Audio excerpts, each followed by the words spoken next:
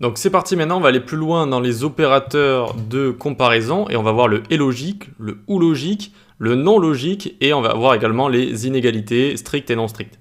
Alors ici on a un else if nb strictement supérieur à 50. Et qu'est-ce qu'on pourrait faire si on voudrait dire strictement supérieur à 50 et strictement inférieur à 100? Bien on vient ici faire deux fois le symbole et comme ça. Et nb strictement inférieur à 100 comme ça. Ok? Et donc ici, pour pas s'embêter, on va copier ça et on va juste le coller ici. D'accord? Et regardez ce que ça va nous envoyer si on met un 75 par exemple. Hop. On a bien ici nb strictement supérieur à 50 et etc. Bon, vous pouvez écrire autre chose si vous voulez dans le console log, mais on voit bien que c'est cette condition qui a été respectée. Voilà. Donc ça, c'est le et logique. Et comme ça, deux fois le symbole et directement. On a également le ou, mais restons un petit peu sur le et ici. Qu'est-ce qui se passerait déjà si j'écris 100 à votre avis? Hop, est-ce que c'est respecté ou pas? Et non, j'ai mis strictement inférieur à 100. Donc ici, il faudrait mettre inférieur ou égal à 100. Tac, ok? Mais maintenant, revenons sur ce et logique. En fait, il veut dire qu'il faut que les deux comparaisons ici, d'accord, les deux expressions qu'on a là, soient true.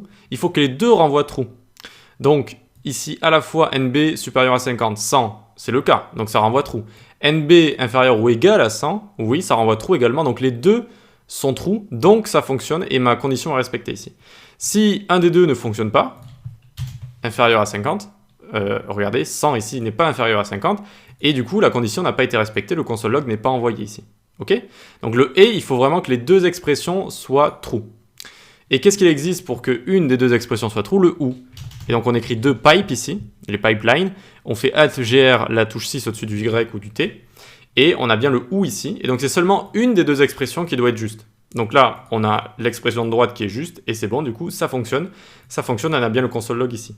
Mais si je commence à mettre ici une autre expression fausse, inférieure à 10 et inférieure à 50, c'est bon, ça ne fonctionne plus, vu que là, il n'y en a même pas une des deux qui est correcte. Même pas une des deux est correcte, voilà.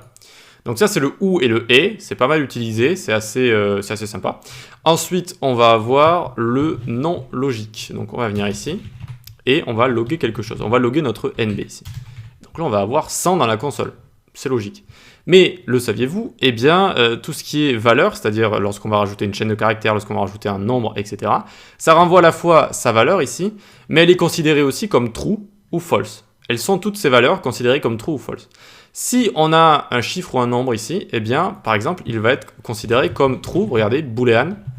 Alors, c'est une petite technique ici pour voir si un élément est true ou false. Et donc ici, on voit bien qu'on a true, donc 100 c'est considéré comme true, 1000 c'est considéré comme true, et voilà, des milliards de milliards, c'est considéré comme true. Qu'est-ce qui est considéré comme false alors?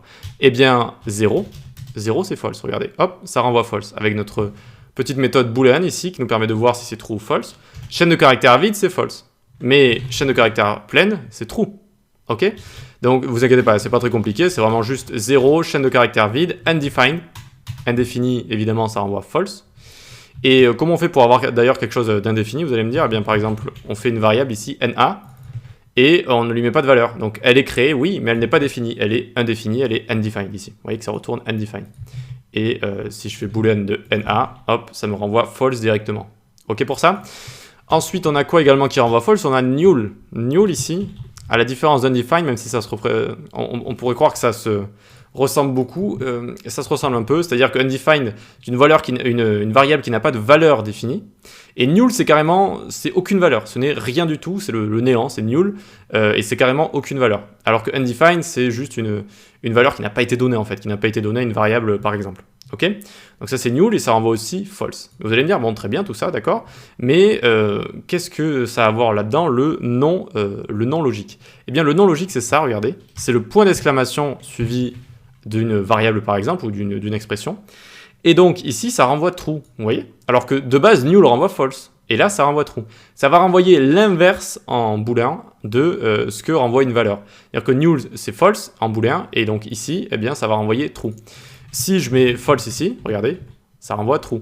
Et si je mets true, ça renvoie false. Donc le non logique ici renvoie l'inverse du booléen qui est lié à chaque valeur. D'accord? Chaque valeur a un booléen qui est lié. Si je mets chaîne de caractères vide, hop, c'est false, donc là ça renvoie true. Et par contre, si elle est pleine, c'est true, ça renvoie false. Bon, très bien, vous allez me dire, mais à quoi ça sert? C'est un petit peu bizarre tout ça. Donc ici, imaginons, on a console dev. D'accord? Console dev. c'est une fenêtre modale, si vous voulez, et ça va représenter notre console, d'accord? Plus tard, vous allez voir qu'on va faire des fenêtres modales qui vont exactement reposer sur ce principe-là. Et donc, de base, on met true. On a envie de la voir apparaître. Donc, on imagine, on arrive sur un site et on a notre fenêtre modale qui apparaît. Voilà, elle est là, super. Et quand je clique sur ce bouton, sur la croix, je vais la faire passer à false. Et comment je la fais passer à false facilement? Eh bien, je lui mets ce point d'exclamation devant.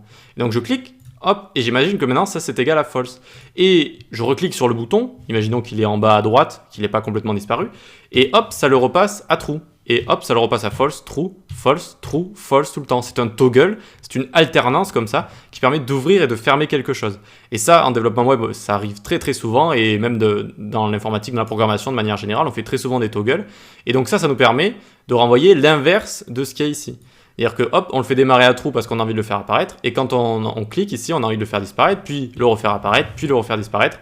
Donc true, ça va passer à false, true, false, true, false, true, false. Vous voyez qu'au final, c'est très utile ce non logique ici, ce not opérateur.